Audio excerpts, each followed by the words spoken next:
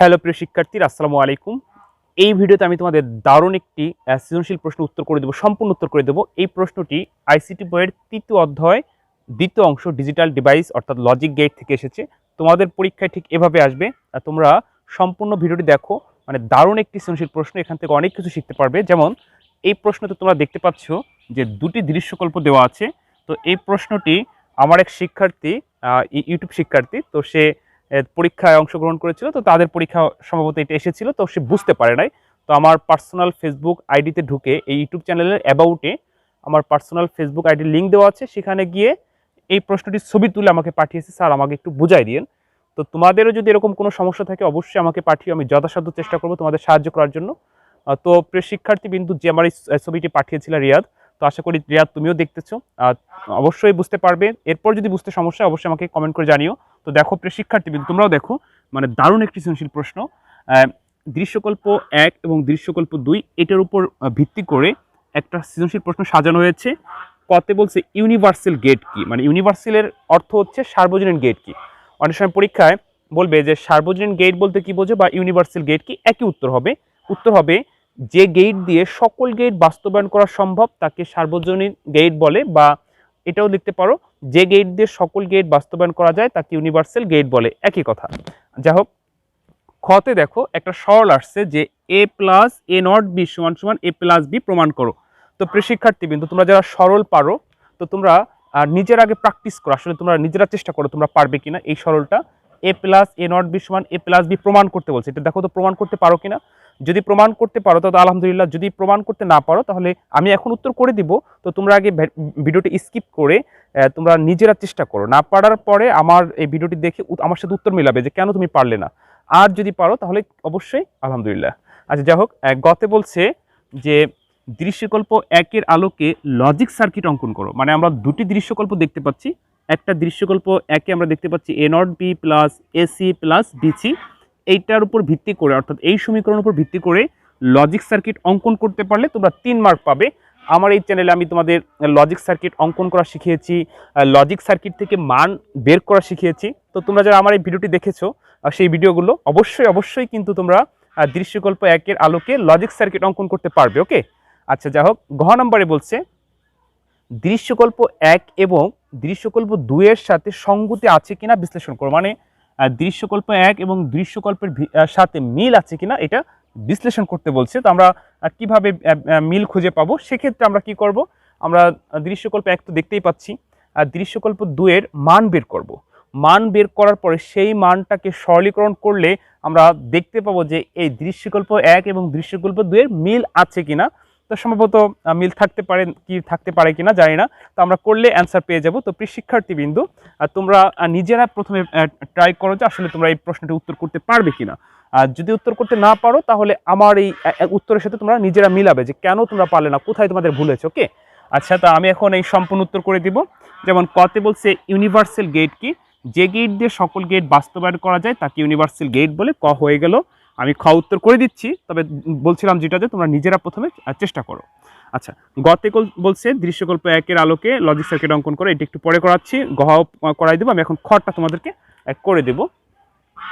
তো প্রিয় শিক্ষার্থীবৃন্দ, তোমরা যারা আমার চ্যানেলটি সাবস্ক্রাইব করেছে তোমাদের অসংখ্য ধন্যবাদ, আর যারা এখনও সাবস্ক্রাইব করো নাই তারা সাবস্ক্রাইব করে নিও, কারণ আমার এই চ্যানেলে শুধু এইচএসসি আইসিটি ক্লাসে ভিডিও আপলোড করা হয়, আইসিটি ক্লাস ব্যতীত অন্য কোনো ভিডিও আপলোড করা হয় না। আরেকটি কথা বলে রাখি, সেটি হচ্ছে আমি তোমাদেরকে নিয়ে মানে একটা কোর্স সিস্টেম চালু করতেছি, সেটা হচ্ছে যে যারা আইসিটিতে দুর্বল বা আইসিটি কম বোঝে তাদের জন্য মাত্র 2000 টাকায় ফুল, মানে আইসিটি বইয়ের সম্পূর্ণ তোমাদের পরীক্ষায় যা যা আসবে সব কমপ্লিট করে দেবো। যেমন হচ্ছে প্রথম অধ্যায়, দ্বিতীয় অধ্যায়, সংখ্যা পদ্ধতি, গেট, এইচটিএমএল প্রোগ্রামিং যা আছে টোটালি সব। তো দেখা যাচ্ছে যে তোমরা যদি বাসায় একটা টিচার এনে প্রাইভেট পড়তে যাও অনেক টাকা লাগবে, বা কোচিং যদি করো তাও অনেক টাকা লাগবে। তো এই 2000 টাকায় সম্পূর্ণ বই কমপ্লিট করে দেবো, আনলিমিটেড ক্লাস, মানে এখানে ধরাবান্ধা কোনো ক্লাস নাই, আমি লাইভে এসে তোমাদের সাথে ক্লাস করবো, তোমরা প্রশ্ন করবে আমি উত্তর দিব। তো 2000 টাকায় মানে তোমরা আইসিটি এভাবে কমপ্লিট করতে পারবে যে অবশ্যই উচ্চ মাধ্যমিক পরীক্ষায় 100% ভালো ফলাফল করতে পারবে, মানে এ প্লাস পাবে, মানে ফেল মানে অকৃতকার্য যেটা প্রশ্নে আসে না। হ্যাঁ, যদি কেউ ইচ্ছে করে না যে আমি ফেল করবো না, সে কখনোই ফেল করবে না, মানে 100%। আর তোমাদের ওই পর্যায়ে যতদিন না নিয়ে যেতে পারবো ততদিন পর্যন্ত আমি ক্লাস করাই যাব, অর্থাৎ আনলিমিটেড ক্লাস। তো আশা করি প্রিয় শিক্ষার্থীদের যারা ইচ্ছুক তারা শুধু যোগাযোগ করবে, যাদের প্রয়োজন নাই, যারা পারো তারা যোগাযোগ না করলে হবে। তো আমার এই ভিডিওতে আমার নাম্বারটি দেওয়া থাকবে, তোমরা যারা মানে ক্লাস করতে চাও তারা কল দিও। তো প্রিয় শিক্ষার্থীদের আমি এখন তোমাদের এই প্রশ্নটি উত্তর করে দিব। দেখো, a plus a not B সমান a প্লাস বি প্রমাণ করতে বলছে। তাহলে আমরা এই প্রশ্নটি উত্তর লিখব, অর্থাৎ উত্তর লিখে লিখব লেফট হ্যান্ড সাইড লিখে এই আমরা বাম পক্ষটা তুলব, a plus a not B. এখন এই অংশটাকে ক্যালকুলেশন করলে a প্লাস বি তৈরি হবে, অর্থাৎ a প্লাস বি প্রমাণ করতে বলছে। তো আমরা কীভাবে এখানে কি সরল করতে পারি, তাই না? আচ্ছা, বলছিলাম তোমরা নিজের আগে ট্রাই করো, করছো কিনা জানি না। তো এখন আমার সাথে মিলাও। তো এখানে কিন্তু এ কমন যায় না, বিও কমন যায় না, এ নটও কমন যায় না, অর্থাৎ আমরা তিনটা জিনিস দেখতে পাচ্ছি, তিনটা ভিন্ন ভিন্ন, তাই না? তাহলে আমরা কি করতে পারি এই ক্ষেত্রে? আমরা ব্যবহার করতে পারি এটা যে A into 1 plus B plus A not B. এবার তোমরা প্রশ্ন করতে পারো, স্যার এটা কেন লিখলেন? এটা তো লেখা না এখানে, আপনি কিভাবে লিখলেন? জোর করে লিখলেন? না, এই সরল জোর করে কিছু করা যাবে না, যৌক্তিক। সরলের নিয়ম হচ্ছে প্রথম লাইনে যা থাকবে শেষের লাইনও তাই হবে, অর্থাৎ শেষের লাইন থেকে তুমি উল্টা ফিলে করে গেলে ওই প্রথম লাইনে আসবে, এটা হচ্ছে সরল। তো যেমন ধরো আমি এটা কেন লিখতে পারলাম, আমরা জানি বুলিয়ানের উপপাদ্য অনুযায়ী 1 প্লাস এ সমান সমান 1 দিয়ে যা কিছু যোগ করো 1। আবার এটাও আমরা জানি এ গুণ 1 সমান সমান এ, অর্থাৎ 1 দিয়ে যা গুণ করো তাই। তাহলে 1 প্লাস বি মানে হচ্ছে 1 দিয়ে এ গুণ করলে, তার মানে এই লাইনটাকে সরল করলে ক্যালকুলেশন করলে উপরে লাইনটাই হয়, এই জন্য আমরা এটা লিখতে পারি। তো 1 প্লাস বি লেখার উদ্দেশ্যকে আমরা প্রমাণ করব এ প্লাস বি, অর্থাৎ এ প্লাস বি বানানোর ক্ষেত্রে এটা আমাদের সুবিধা, আমরা সুবিধা অনুযায়ী কাজ করব। আচ্ছা, এখন কি করতে পারি? এখন আমরা গুণ করতে পারি, অর্থাৎ গুণ করব এ দিয়ে 1, তাহলে এ অক্ষে এ প্লাস এ দিয়ে বি গুণ করলে কি হবে? এ বি প্লাস যা আছে তাই এ নট বি। এখন আমরা কি করতে পারি? এখন আমরা কমন নিতে পারি, বি কমন নিতে পারি, অর্থাৎ যেই জিনিসটা একাধিকবার থাকে তাকে আমরা কমন নিতে পারি। তোমরা প্রশ্ন করতে পারো, স্যার এখানে তো এও কমন নেওয়া যায়, যদি আমরা এ কমন নিই তাহলে আগের লাইনে পূর্বের লাইনে ফিরে যাব, তাহলে তো আমরা উত্তর করতে পারলাম না। তাহলে আমরা একটু পরিবর্তন করে কমন নিব, তাহলে আমরা এবার এখানে বি কমন নেব। যেহেতু এখানে এ কমন যায় না বা এ নটও কমন যায় না, বি কমন যায়, এক্ষেত্রে আমরা বি কমন নিতে পারি। তাহলে কি হয় দেখো, এ প্লাস বি যদি কমন নেই তাহলে দাঁড়ায় যা কমন নিব সেটা লেখা যাবে না, তার বিপরীতটা লিখবো, কিছু না থাকলে 1 লিখবো। তাহলে এখানে বি যদি কমন নেই এ থাকে, প্লাস এখানে যদি বি কমন নেই তাহলে এ নট থাকে। এর একটা সূত্র আছে বুলিয়ানের উপপাদ্য নিয়ম অনুযায়ী, এ প্লাস এ নট সমান সমান হচ্ছে 1। তাহলে আমরা এই মানটা কি লিখতে পারি? 1 লিখতে পারি। তাহলে কি দাঁড়ালো দেখো, A plus B into 1, A plus B into 1। ওই যে বলছিলাম 1 দিয়ে যা গুণ করো তাই, তাহলে অবশিষ্ট দাঁড়ালো কি?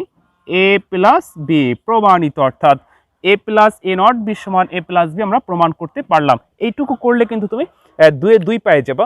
তো তোমরা যারা সরলে দুর্বল, আমার এই চ্যানেলে একটা ভিডিও দেওয়া আছে, অর্থাৎ সরলীকরণ করা জাদু, অর্থাৎ সরল করতে যে 6টি সূত্র প্রয়োজন সেই 6টি সূত্র দিয়ে একটা ভিডিও দেওয়া আছে। যদি তোমরা সম্পূর্ণ দেখো তাহলে কিন্তু অবশ্যই করতে পারবে, মানে সরল করতে পারবে, সরলে কোনো সমস্যা থাকবে না।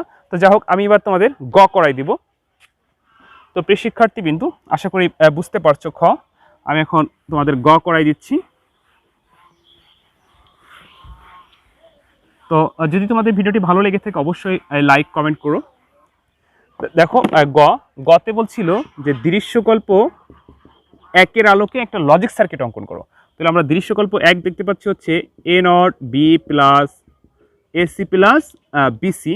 যখন লজিক সার্কিট অঙ্কন করতে বলবে তখন তোমরা হচ্ছে এখানে যে কয়টি ইনপুট থাকবে সেই কয়টি রশ্মি দিবে। তো আমরা দেখতেছি এখানে এ বি সি, অর্থাৎ 3টা ইনপুট আছে। তোমরা কিন্তু এভাবে গুনবে না 1 2 3 4 5 6 এভাবে গুনবে না, যে কয়টা ইনপুট থাকবে সেই কয়টা রশ্মি দিবে। তাহলে আমরা এখানে 3টা দেখতেছি, 3টা রশ্মি দিব, A B C, A B C. ওকে, আচ্ছা এবার আমরা দেখব পৃথক নট কে আছে। পৃথক বলতে মানে একা কে নট আছে। তো আমরা এখানে দেখতেছি যে শুধু এ নট আছে, তো আমরা এর থেকে এ নট বের করব, এটা পেয়ে গেলাম এ নট। ওকে, আচ্ছা এবার এই অংশটা বের করব, তারপরে এই অংশটা বের করব, তারপরে এই অংশটা বের করব। অবশ্যই তোমরা লজিক সার্কিট অঙ্কন করতে পারবে যদি তোমরা গেইট চিনতে পারো। আমার এই চ্যানেলে কিন্তু ধারাবাহিকভাবে লজিক সার্কিটের গেইটের ক্লাসগুলো দেওয়া আছে, প্লেলিস্টে দেওয়া আছে বা ভিডিওতে দেওয়া আছে, তোমরা একটু খুঁজে নিও। যা হোক, এখন দেখো এ নট বি। তো প্রথমে আমরা এ নট বির অংশটা বের করব। আমরা দেখতেছি এ নট বি গুণ আকারে আছে, তো গুণ হয় অ্যান্ড গেট হচ্ছে ডি আকৃতি। তো তাহলে এ নট আছে, আমরা অবশ্যই এ নটে জয়েন্ট দিব, যেহেতু এ নট আছে এতে জয়েন্ট হবে না, এ নটে জয়েন্ট হবে। বি আছে, বিতে জয়েন্ট হবে, তো এ নট বি গুণ আকারে আছে, গুণ হয় অ্যান্ড গেট হচ্ছে ডি আকৃতি, হয়ে গেল এ নট বি। আমরা এভাবে ধারাবাহিকভাবে আস্তে আস্তে বের করব। এরপর দেখতে পাচ্ছি এসি আছে, তাহলে এবার কিন্তু জয়েন্ট এতে হবে, এবার কিন্তু এ নটে হবে না, কারণ এ আছে, তাহলে আমরা জয়েন্ট এতে দিব। তারপরে সি আছে, এবার সিতে জয়েন্ট দিব। এসি গুণ আকারে আছে, গুণ হয় অ্যান্ড গেট, অর্থাৎ অ্যান্ড গেট দেখতে হচ্ছে ডি আকৃতি, পেয়ে গেলাম এসি। এরপর আমরা বিসি বের করব। তো আমরা বি দেখতে পাচ্ছি, বিতে জয়েন্ট দেব, তারপর সি দেখতে পাচ্ছি, আমরা সিতে জয়েন্ট দেব। ওকে, আচ্ছা, পেয়ে গেলাম বিসি। এখনও কিন্তু আমাদের অঙ্কন করা হয়নি, কারণ এটা এটা এটা অর্থাৎ A not B plus AC plus BC একবারে যোগ, এই তিনটাকে আমরা এখন যোগ করব। তো আমরা জানি যোগ করা হচ্ছে অর গেট হচ্ছে চাঁদা আকৃতি, তো এই তিনটাকে আমরা এখন অর গেট করব। অর গেট দেখতে কেমন, একটু চাঁদা আকৃতি, দেখছো ডি আর অর গেটের পার্থক্যটা কি। এখন আমরা এই তিনটা অংশ যোগ করলে কিন্তু আমাদের সার্কিট অঙ্কন হয়ে গেল, এইটুক করলেই তোমরা 3 পেয়ে যাবা। তাহলে আমরা এটা সাজিয়ে লিখি, A not B plus AC plus BC, তোমরা যে 3 পেয়ে গেলা। ওকে, আচ্ছা, এবার আমি তোমাদেরকে গহ করাই দিব। তো প্রিয় শিক্ষার্থী বিন্দু, আগামী মাসের 1 তারিখ থেকে আমি তোমাদের পঞ্চম অধ্যায় শুরু করব। আর যারা কোর্স করতে চাচ্ছ তাদেরও আমি পঞ্চম অধ্যায় শুরু করব, কারণ হচ্ছে সামনের পরীক্ষায় কিন্তু অবশ্যই পঞ্চম অধ্যায় থেকে পরীক্ষা আসবে। আর আমার এই চ্যানেলে মানে ধারাবাহিকভাবে পঞ্চম অধ্যায়ের ভিডিও আপলোড করব, তো তোমরা আশা করি উপকৃত হবা আমার এই চ্যানেল থেকে। তো যাই হোক, আমি এখন তোমাদেরকে গহ করাই দিব। ঘতে বলছিল যে দৃশ্যকল্প 1 এবং দৃশ্যকল্প 2 এর সাথে কি মিল আছে সেটা ব্যাখ্যা করতে বলছিল। তো আমরা দৃশ্যকল্প 1 তো দেখতে পাচ্ছি, তো দৃশ্যকল্প 2 আমরা দেখব যে এটার সাথে মিল আছে কিনা। তাহলে অবশ্যই আমাদের মান বের করতে হবে, তাহলে এখানে আমরা অঙ্কন করব, ঠিক ওইখানে যেভাবে আছে ঠিক ওইভাবে অঙ্কন করে মান বের করব। তো আমরা এখানে লিখব যে দেওয়া আছে দৃশ্যকল্প 1-এ এটা লিখলাম, ধরো এখন আমি এটা মান বের করব। তো মানটা তোমরা পরীক্ষার খাতায় এটা অঙ্কন করে বের করবে, তাহলে তোমাদের জন্য সুবিধা হবে। যেমন ধরো আমি অঙ্কন করে দেখাচ্ছি কীভাবে অঙ্কন করবে। ওই দেওয়া আছে অর গেট নিলা, এটা এ এটা বি। এরপর আমরা দেখতেছি এর থেকে নট গেছে, এর থেকে নট গেছে, এর থেকে নট গেছে, আর হচ্ছে সি গেছে, সি, এটা হচ্ছে সি। তো এটা আবার অর গেট, আমরা আরেকটা অর গেট নিলাম। এখন দেখতেছি অ্যান্ড গেট, তো অ্যান্ড গেট হচ্ছে ডি আকৃতি, এই যে হচ্ছে অ্যান্ড গেট। ওকে, এখন আমরা মান যদি বের করতে যাই, মান বের করার ক্ষেত্রে তোমাদের যে কথাটি মনে রাখতে হবে সেটি হচ্ছে সর্বশেষ কি হবে, অর্থাৎ সর্বশেষ কি হবে। এটা কিন্তু কখনোই তোমরা যদি চিন্তা করো যে সর্বশেষ কি হবে, তাহলে কিন্তু কখনোই মান বের করতে পারবে না। তোমাদেরকে প্রথমে চিন্তা করতে হবে যে এইখানে কি হবে, এইখানে কি হবে, এখানে অটোমেটিকলি লাস্টে কি হবে বের করতে পারবে। তো দেখো আমরা মান বের করি, এখানে আমরা পাবো এ আর বি ইনপুট হচ্ছে, তাহলে অর গেটের কাছে যোগ করা এ প্লাস বি। তো এরপর আমরা এখানে দেখতেছি এ প্রবেশ করছে, নট গেট, তাহলে এখানে আমরা পাবো এ নট, এই যে এ নট। আচ্ছা, এরপর সি প্রবেশ করছে, তাহলে এখানে এ নট আর সি যোগ হবে, তাহলে আমরা পাবো হচ্ছে এ নট প্লাস সি। এটার কাজ হচ্ছে গুণ করা, তাহলে এই অংশ আর এই অংশ গুণ হবে, তাহলে ভিতরে যেহেতু প্লাস আছে এই জন্য ব্র্যাকেট হবে, যেমন A plus B into A not plus C. এখন এইটাকে আমরা সরল করব, সরল করে দেখব যে এই লাইনটা হয় কিনা। যদি এই লাইনটা হয় তাহলে দৃশ্যকল্প 1 এবং দৃশ্যকল্প 2 এর 1 অর্থাৎ মিল আছে, এটা বিশ্লেষণ করতে পারবো। তো এই অংশটা আমি এখন তোমাদের সরল করে দেখাচ্ছি, যেহেতু আমার এখানে জায়গা কম, আমি এই পাশে করে দেখাচ্ছি। দেখো, A plus B into A not plus C. এখানে আমরা কি করতে পারি, এখানে গুণ আকারে আছে, আমরা গুণন করতে পারি। তাহলে গুণ করো, এ দিয়ে এ নট গুণ করলে এ গুণ এ নট প্লাস, যেহেতু প্লাস আছে, আবার এ দিয়ে সি গুণ করলে এসি, আবার প্লাস হয়ে গেল এ দিয়ে গুণ। এবার বি দিয়ে গুণ করবো, অবশ্যই তোমরা গুণ করতে পারবে, কারণ এটা তোমরা হাই স্কুল থেকে করতে করতে এই পর্যন্ত আসছো। বি দিয়ে গুণ করো এ নট, তাহলে দাঁড়ালো এ নট বি। বি দিয়ে গুণ করো সি, তাহলে দাঁড়ালো বিসি, গুণ হয়ে গেল। এখন আমরা কি করতে পারি, এখন আমরা করতে পারি, আমরা জানি এ গুণ এ নট সমান হচ্ছে 0, এটা বুলিয়ানের মৌলিক উপপাদ্য নিয়ম অনুযায়ী সরি, যে এ গুণ এ নট সমান সমান হচ্ছে 0, তাহলে আমরা এখানে কি লিখতে পারি, 0 লিখতে পারি, সরি, যোগ। এখন এইখানে আমরা কি করতে পারি, এইখানে আমরা হচ্ছে AC plus A not B plus BC, আমরা এখানে বিও কমন নিতে পারি, আবার এখানে আমরা সির এসি বিসির কাছে এনে সিও কমন নিতে পারি। আমরা সুবিধা অনুযায়ী আমরা কমন নিব। তো আমরা দেখতেছি এখানে কি আছে, আমরা এখানে কমন না নিয়ে দেখো আমরা কিভাবে মিলাতে পারি, AC plus A not B plus BC. তো আমরা জানি যোগের সময় শূন্যের কোনো মূল্য আছে না, তাহলে কি দাঁড়ালো, তাহলে দাঁড়ালো AC plus A0 B plus BC। তো এইখানেও যা পেয়েছি এখানেও তাই পেয়েছি, হয়তো এটা যেভাবে সাজানো এটা এভাবে সাজানো না, আমরা সাজিয়ে নিতে পারি। এটা বিনিময় উপপাদ্য নিয়ম অনুযায়ী, বিনিময় উপপাদ্য নিয়ম হচ্ছে এরকম যে A প্লাস B সমান সমান তুমি B প্লাস A লিখতে পারো, এখানে কোনো ভুল নাই, অর্থাৎ আমরা আগে পিছিয়ে লিখতে পারি। ঠিক এটা যেভাবে আছে এইভাবে আমরা লিখবো, A0 B আগে আনবো প্লাস AC তারপরে লিখবো, আর BC তো দেওয়াই আছে।